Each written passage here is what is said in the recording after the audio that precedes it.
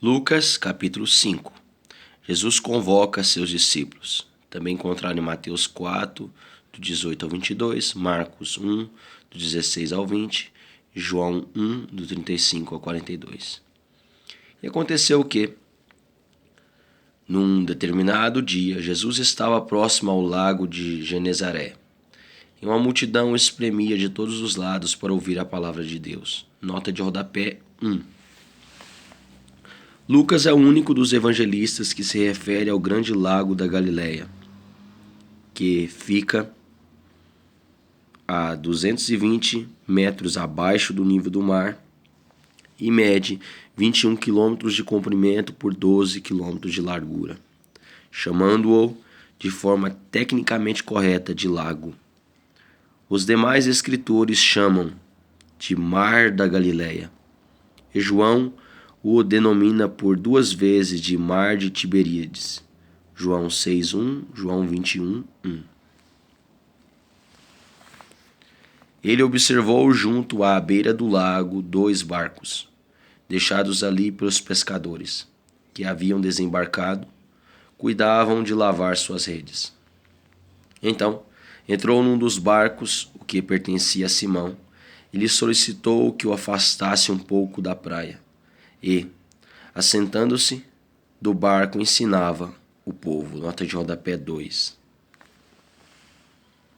O barco de Pedro foi posicionado de forma estratégica, de modo que Jesus pudesse ser visto e ouvido por toda a multidão. Além disso, era costume judaico que um mestre, ao ensinar, deveria fazê-lo assentado, bem como seus ouvintes, para que a comunicação se desse de maneira mais confortável possível. Assim que acabou de ministrar, dirigiu-se a Simão e aos demais e lhes pediu: Ide para onde as águas são mais profundas e lançai as vossas redes para a pesca. Ao que lhe replicou Simão: Mestre, tendo trabalhado durante a noite toda, não pegamos nada. Todavia, confiando em tua palavra, lançarei as redes. Nota de rodapé 3. A palavra mestre, em grego transliterado epistata, só aparece em Lucas e significa aquele que tem o direito de mandar. Quando todos os indicativos apontam para um novo insucesso, o melhor horário para a pesca era durante a noite e não em pleno dia. A experiência profissional de Pedro e de seus companheiros contra a inexperiência de Jesus no ramo, pois era um carpinteiro ligado às artes e letras. O fato de terem trabalhado arduamente durante toda a noite e terem apenas sujado as redes. Pedro decide obedecer à palavra de Jesus. Preparou e lançou sua rede com esperança. Todavia, confiando em tua palavra, lançarei as redes. Assim procederam e pegaram enorme quantidade de peixes, tanto que as redes começaram a se romper. Por esse motivo, acenaram aos seus amigos no outro barco para que viessem ajudá-los. Eles chegaram e lotaram ambos os barcos a ponto de começarem a afundar. Nota de rodapé 4. Curiosamente, a expressão grega transliterada bitizestai, que significa afundar, usada por Lucas, traduzida em algumas versões por irem a pique e aqui por começarem a afundar, tem a ver com a mesma expressão usada em 1 Timóteo 6:9, onde descreve o mergulho para a perdição daqueles que ambicionam exclusivamente as riquezas materiais. Diante de tamanho evento, Simão se prostrou aos pés de Jesus e declarou: Afasta-te de mim, Senhor, pois sou homem pecador. Enquanto ele e seus companheiros estavam maravilhados com a pesca que havia realizado. Nota de rodapé 5. Pedro assombrou-se mais com sua falta de fé e indignidade do que com o evento em si. Ele tinha confiança em Jesus, mas não tinha certeza absoluta de que o milagre se daria, ainda mais naquelas proporções. A reação de Pedro revela a atitude normal de todas as pessoas ao chegarem sinceramente à conclusão de que são pecadores indignos de permanecerem na presença santa de Deus. Portanto, carentes e dependentes absolutamente da graça do Senhor. Apocalipse 6,16. Dessa mesma maneira se sentiram os grandes líderes espirituais da antiguidade, entre eles Abraão, Gênesis capítulo 18, versículo 27, Jó 42, versículo 6, e Isaías capítulo 6, versículo 5.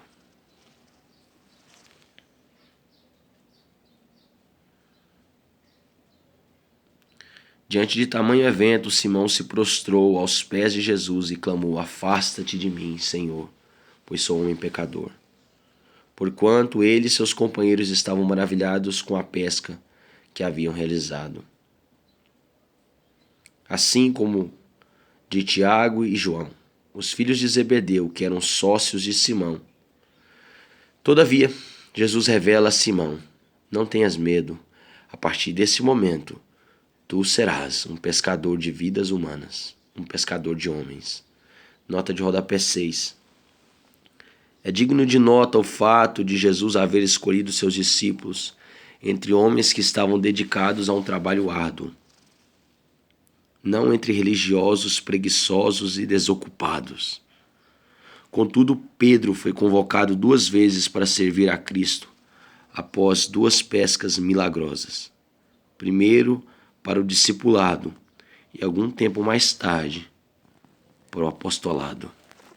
João capítulo 21, do versículo 1 ao 18. Quando uma vez mais achava-se indigno para o ministério. Então eles arrastaram seus barcos para a praia, renunciaram a todas as coisas e seguiram a Jesus. Nota de rodapé 7. Jesus já conhecia esses homens, aos quais agora faz uma convocação formal. João capítulo 1, do versículo 40 ao 42. João capítulo 2, versículo 1 e 2. Os originais e outras passagens dão a entender que eles não abandonaram tudo de forma irresponsável e deslocada, mas sim que renunciaram a seus lucros, especialmente os dessa última pescaria, e entregaram a administração da empresa a Zebedeu, pai de João e Tiago, ou a outros membros da família. Mateus 4, do versículo 18 ao 22. Jesus cura um homem leproso. Mateus 8, do versículo 1 ao 4. Marcos 1, do versículo 40 ao 45. Estando Jesus em uma das cidades, eis que um homem coberto de lepra veio em sua direção. Assim que contemplou a Jesus, ajoelhou-se e, colocando o rosto rente ao chão, suplicou-lhe: Senhor, se for da tua vontade, sei que podes me purificar.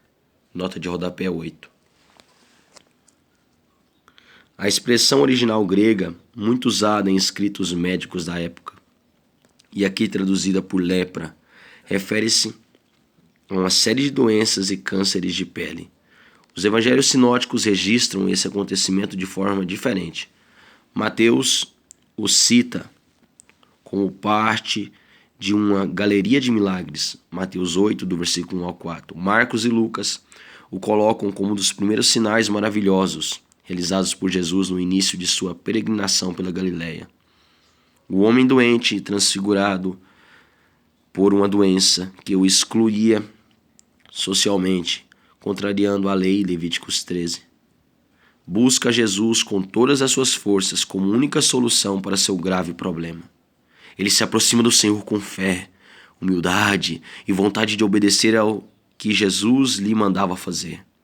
exatamente como todo pecador arrependido deve agir. O perdão, assim como a cura, se materializavam instantaneamente ao toque do Senhor. E o homem renasce, livre do pecado e da enfermidade que o escravizavam. Jesus estendeu a mão, tocou nele e proferiu: quero ser purificado. E no mesmo instante, a lepra se retirou daquele homem. Em seguida, Jesus lhe ordenou: não fales sobre este acontecimento a ninguém, porém, vai, mostra-te ao sacerdote e oferece pela tua purificação os sacrifícios que Moisés determinou para servir de testemunho ao povo. Nota de rodapé 9. Jesus tentava evitar que o povo interpretasse mal sua pessoa e ministério, pois muitos o aclamavam como um grande curandeiro, milagreiro e líder nacionalista revolucionário, que era a visão simplista que alimentavam quanto ao Messias prometido. Além disso, suas atitudes começavam a irritar os líderes religiosos e provocavam neles enorme inveja e medo de perderem o poder sobre o povo. Jesus manda que um homem vá apresentar-se ao sacerdote de plantão e, com isso, o estimula a guardar a lei, a apresentar todas as provas de sua cura e receber a certidão ritual de purificação para que pudesse ser reintegrado à sociedade. Mateus 8:4, Mateus 16:20, Marcos 1:44. Contudo, as notícias a respeito de Jesus se espalhavam ainda mais, de maneira que as multidões convergiam para ouvi-lo e para serem curadas de suas enfermidades. Todavia, Jesus procurava manter-se afastado, indo para lugares solitários, onde ficava orando. Jesus cura um homem paralítico, encontrar também em Mateus 9, do versículo 1 ao 8, e Marcos capítulo 2, do versículo 1 ao 12. Num outro dia, quando Jesus ministrava, estavam sentados ali fariseus e professores da lei, vindos de todos os povoados da Galiléia, da Judéia e de Jerusalém, e ele tinha o poder de Deus para realizar curas. Nota de rodapé 10. Os fariseus, em hebraico original separados, citados aqui por Lucas pela primeira vez, mas que já haviam questionado o ministério e a pessoa de Jesus anteriormente, eram mestres autoritários e muito respeitados nas sinagogas. Formavam uma confraria e um partido político, com mais de 6.000 metros, espalhados por toda a Palestina. Eles se autodenominavam guardiões da lei. Pregavam que suas tradições e interpretações teológicas eram tão importantes quanto as escrituras sagradas. Marcos 7, do versículo 8 ao 13. Jesus havia confrontado alguns líderes judaicos em Jerusalém, João 5, 16 ao 18. Agora o seguiram até uma casa em Cafarnaum com o objetivo de analisar suas palavras e vigiar seus movimentos. Os escribas, versículo 21, eram estudiosos com grande habilidade para escrita, a arte rara na época, permitida apenas aos homens e de muito prestígio. Eles eram responsáveis pelo estudo, interpretação e ensino da lei, escrita e oral, e das tradições judaicas. A maioria dos escribas pertenciam ao partido popular dos fariseus e os demais eram vinculados ao partido aristocrático dos saduceus. Chegaram então uns homens trazendo um paralítico numa maca e tentaram fazê-lo entrar na casa, a fim de apresentá-lo perante Jesus.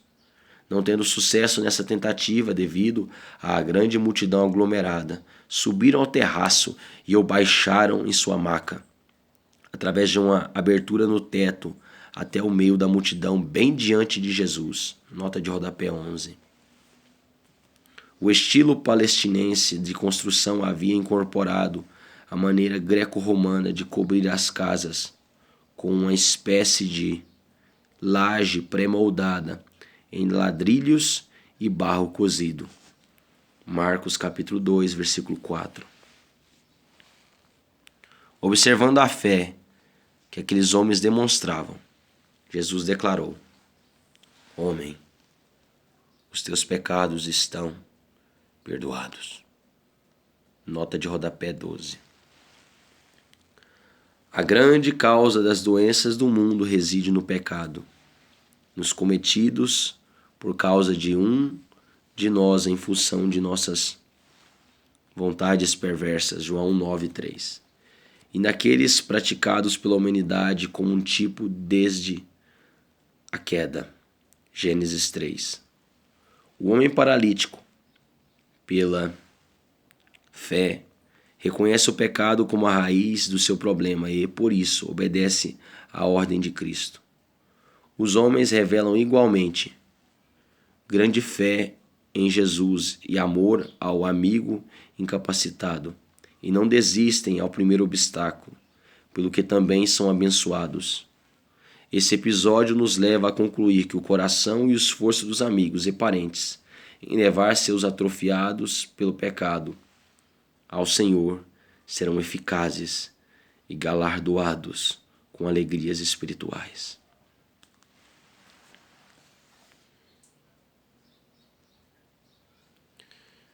Os teus pecados estão perdoados. Diante disto, os escribas e fariseus começaram a cogitar: quem é este que profere blasfêmias?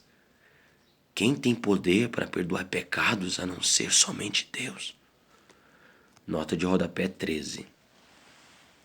Para os fariseus e os escribas, doutores da lei, a blasfêmia, palavra que ultraja a Deus ou a religião, era o pecado mais grave e terrível que alguém poderia cometer, sendo sujeito à pena de morte. Marcos 14:64. Jesus, entretanto, tendo pleno discernimento do que estava pensando, questionou-lhes: que censurais em vossos corações? Que é mais fácil declarar: os teus pecados estão perdoados, ou levanta-te e anda? Nota de rodapé 14. Aqui temos mais uma evidência da divindade de Jesus, pois ele conhece plenamente os pensamentos e os mais profundos sentimentos de cada ser humano. Marcos capítulo 2, versículo 8. Os corações das pessoas, quando não entregues ao Senhor, são levados a condenar tudo o que se refere a Deus e à verdade. A cura para Deus é um ato muito fácil do que levar o homem a reconhecer seus pecados e decidir por uma vida de adoração espontânea ao Criador. A restauração de um doente pode ser comprovada num instante, mas a restauração da alma pode levar algum tempo, e somente Deus é capaz de atestar esse milagre. Marcos 2, do versículo 9 ao 10. Todavia, para que vos certifiqueis de que o Filho do Homem tem na terra autoridade para perdoar pecados, dirigindo-se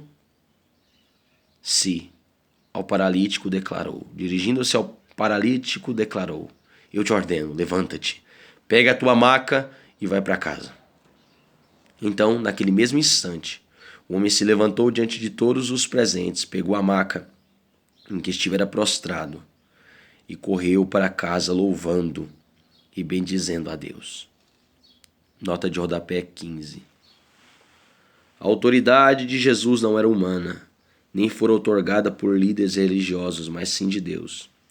O vocábulo grego transliterado exousia, que significa proveniente de Deus, Mateus 28:18, enfatiza esse atributo de Jesus, seu título, Filho do Homem, bem como sua plena divindade, são prerrogativas exclusivas do Messias, o Cristo prometido. Daniel 7, versículo 13 e versículo 14. A operação de milagres e maravilhas é uma prova da presença do Rei e do reino entre nós. Lucas 10, 9. E todos ficaram estupefatos e glorificavam a Deus, e tomados de grande temor exclamavam: hoje vimos grandes prodígios. Jesus torna um publicano em discípulo. Mateus 9, do versículo 9 ao 13. Marcos 2, do 13 ao 17. Jesus torna um político em discípulo. Um cobrador de impostos. Passando estes eventos, saindo Jesus encontrou-se com um publicano, chamado Levi, sentado à mesa da coletoria, e o convocou: segue-me. Levi levantou-se, abandonou tudo e seguiu a Jesus. Nota de rodapé 16. Levi era o nome da família de Mateus. Lucas 3,12, Marcos 2,14. O apóstolo rico do colegiado de Jesus. Mateus 10:3, Atos 1:13. Como publicano, chefe dos fiscais da coletoria de impostos para o governo romano, a serviço do tetrarca Herodes. Mateus 9:9. Era odiado pelo povo judeu, pois os publicanos eram, em geral, desonestos e maldosos. Jesus havia ministrado em Cafarnaum durante algum tempo, quando conheceu Levi e se tornaram amigos. Alguns discípulos de Jesus, que eram pescadores, voltaram a trabalhar em seu ramo em certas ocasiões. Mateus tomou a decisão só de ida. Sabia que o preço de seguir Jesus implicaria em mudança total de vida, sem direito à volta, ainda que momentânea. Enquanto Levi o fez com grande alegria de alma. E ao invés de o fazer escondido em surdina, deu uma grande festa evangelística, convidando todos os seus amigos para verem e conhecerem o Messias, que lhe confiara a gloriosa missão de proclamar seu reino e libertar a todos das ilusões e das amarras do pecado. Conta-se ainda que, após a ressurreição de Jesus, Mateus foi um valoroso missionário em muitos lugares da Palestina e em terras distantes, onde morreu.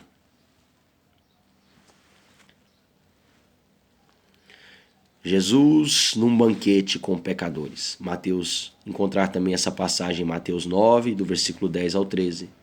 Marcos 2, do versículo 15 ao 17. Então Levi ofereceu a Jesus uma grande festa em sua casa, em uma multidão de publicanos e de outras pessoas. Estava à mesa comendo com eles. Os fariseus e seus escribas reclamaram dos discípulos de Jesus: por que comeis e bebeis com os publicanos e pecadores? Ao que Jesus lhes ponderou: os que têm saúde não precisam de médico, mas sim os enfermos. Eu não vim para convocar os justos, mas sim para chamar os pecadores ao arrependimento. Nota de rodapé 17. Os publicanos se davam bem com os pecadores. Enquanto os primeiros extorquiam e roubavam seus próprios irmãos judeus, os outros tratavam com desleixo os diversos preceitos cerimoniais exigidos pelos fariseus e escribas. Contudo, os dois grupos não tinham paz nem desfrutavam de alegria real em seus corações. Enquanto os líderes religiosos e mestres da época procuravam a salvação por meio da segregação, ou seja, seleção natural dos mais dedicados no cumprimento formal das inúmeras leis judaicas, Jesus chegava com seu reino oferecendo a graça de Deus aos que, de coração sincero, desejassem simplesmente amar a Deus de verdade e viver este ato de adoração no dia a dia. Esta proposta de Deus tocou as almas espiritualmente famintas dos publicanos e pecadores, que não tiveram muita dificuldade de enxergar seus muitos erros e, arrependidos, sentiram-se bem-vindos ao banquete de Jesus. Já os fariseus e escribas tinham grande dificuldade para reconhecer qualquer pecado em si mesmos e, por isso, ficaram fora da festa. Um dos principais temas das parábolas de Jesus sobre a salvação eterna é: os que se julgam justos separam-se da graça salvadora de Cristo.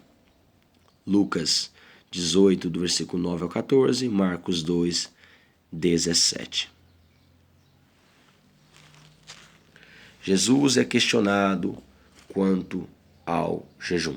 Também encontrar essa passagem em Mateus 9, do versículo 14 ao 17, e Marcos 2, do versículo 18 ao 22. Em seguida, eles observaram: os discípulos de João jejuam e oram com grande frequência, assim como os discípulos dos fariseus. No entanto, os teus vivem comendo e bebendo. Nota de rodapé 18. João Batista não era o filho de Deus.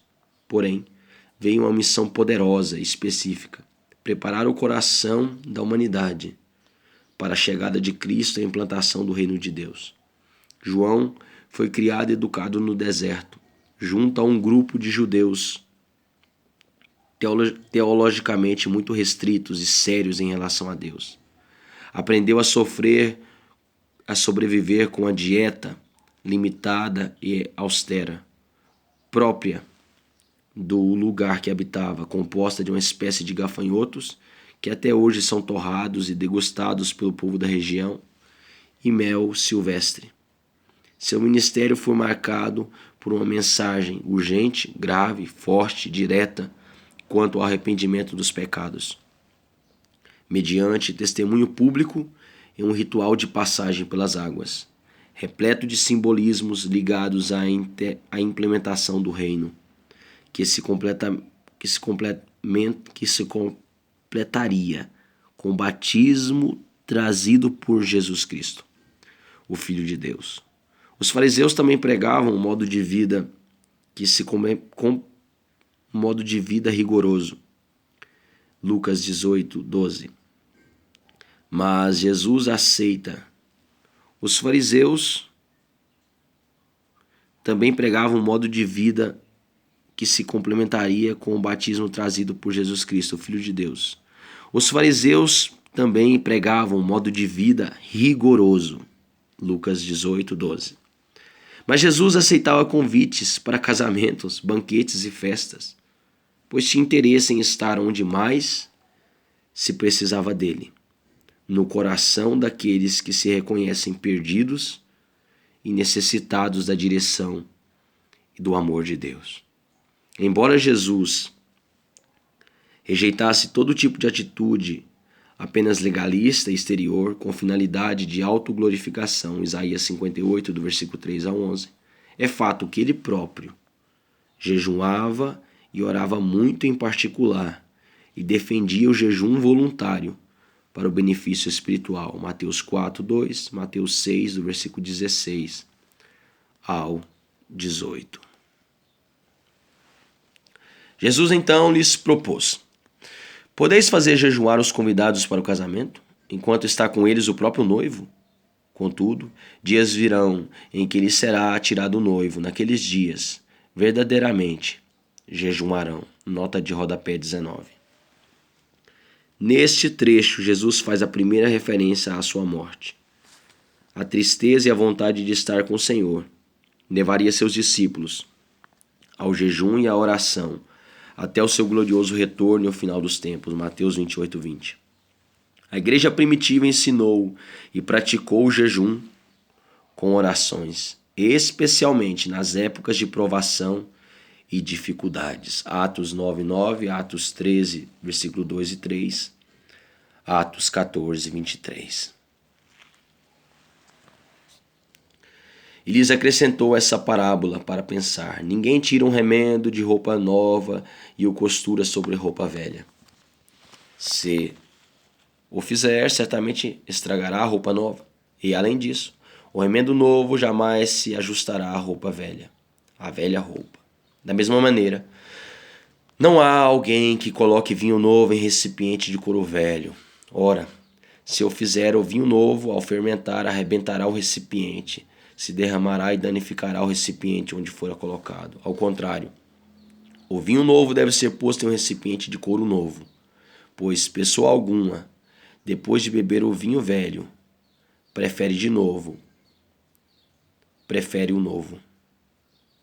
Porquanto se diz, o vinho velho é bom o suficiente. Nota de rodapé 20. Assim como seria tolice estragar uma veste nova para remendar outra roupa, o novo caminho oferecido graciosamente por Jesus não pode ser remendado e estragado com antigos rituais e obrigações cerimoniais exclusivamente legalistas e exagerados do judaísmo, como o fato de não mencionar o nome de Deus, apenas para evitar pronunciá-lo em vão. Ainda que o Antigo Testamento esteja intimamente relacionado ao Novo, que é cumprimento das promessas registradas nas Sagradas Escrituras do Antigo Testamento, é preciso cuidado para não se confundir profecias com seu cumprimento, nem as sombras com a realidade. Gálatas 5, do versículo 1 ao 6. Somos livres em Cristo para adorar a Deus com a sinceridade de nossos corações, na beleza da santidade do Senhor. Romanos 3, 28.